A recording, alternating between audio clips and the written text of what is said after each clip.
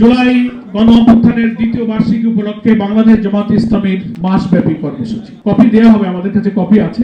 আপনারা এর আগে শুনেছেন যে 11 দলও কর্মসূচি দিয়েছে। জামাত 11 দলের অন্যতম শরিক হওয়ার কারণে আমরা 11 দলের সব কর্মসূচিও সফলতার সাথে বাস্তবায়ন করব এবং ইনশাআল্লাহ অংশগ্রহণ করব।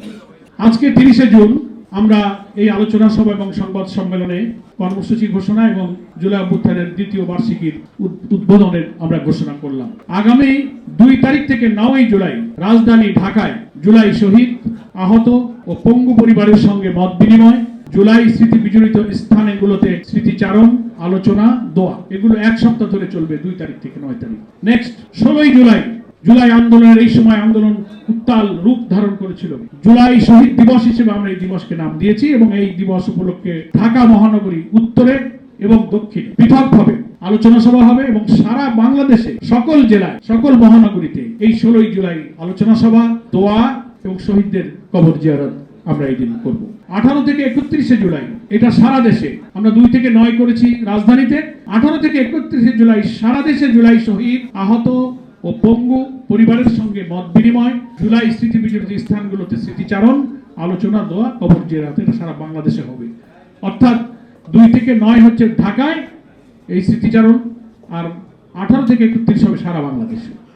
1 আগস্ট জামাত ইসলামের দলীয় প্রোগ্রাম, এটা সারা দেশে এই জুলাই আগস্ট অভ্যুত্থানের 1 আগস্ট আমাদের অনেক স্মৃতি বিজড়িত।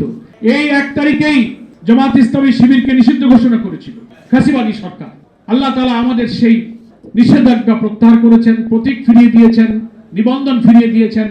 আমাদের মজলুম এটিএম আজহার ভাই ধীরে ধীরে ক্রমান্বয়ে ফাঁসির সেল থেকে মুক্ত হয়ে দেশবাসীর সামনে ফিরে এসেছেন। তার শুকরিয়া, সেই চেতনা এবং পার্লামেন্টে এমপি হিসেবে তিনি ভূমিকা পালন করছেন, আমাদের সংগঠনের একজন সিনিয়র নায়েবে আমির। সেই দিনকে স্মরণে রাখার জন্য 1 আগস্ট ফ্যাসিবাদের বিরুদ্ধে আমাদের ঐতিহাসিক বিজয়কে স্মরণ করে সকল মহানগরী, জেলা, উপজেলায় ব্যাপক ভিত্তিক গণমিছিল ইনশাআল্লাহ অনুষ্ঠিত হবে। আগস্টের 2 থেকে 4 তারিখ শ্রমিক সংগঠন যে আছে তারা তাদের নিজস্ব দিনক্ষণ ঠিক করে 4-5 দিনে তারা কর্মসূচি পালন করবে। 5 আগস্ট ঐতিহাসিক জুলাই গণ অভ্যুত্থান দিবস, এই উপলক্ষে 11 দল রাজধানী সহ সারা দেশে মহানগরী, জেলা, উপজেলার সমাবেশ এবং মিছিল করবে। সেই কর্মসূচির প্রতি জামাত ইসলামীর সমর্থন থাকবে, অংশগ্রহণ থাকবে।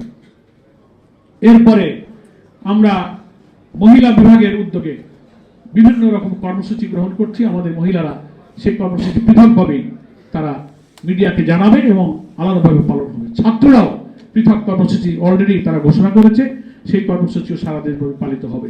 এরপরে জুলাই যোদ্ধাদের বিভিন্ন সংগঠন এবং ফোরাম আছে, তারা সেই সব ফোরামের মাধ্যমে যে সমস্ত কর্মসূচি পালন করবে সেখানেও জামাত ইসলামী অংশ নেবে এবং সহযোগিতা করবে।